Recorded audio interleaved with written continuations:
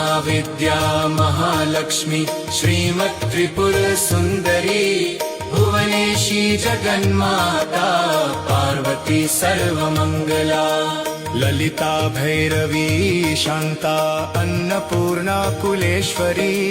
वाराहि छिन्नमस्ता च तारा काली सरस्वती जगत्पूज्या महामाया कामेशी भगमालिनी दक्षपुत्री शिवाङ्कस्था शिवरूपा शिवप्रिया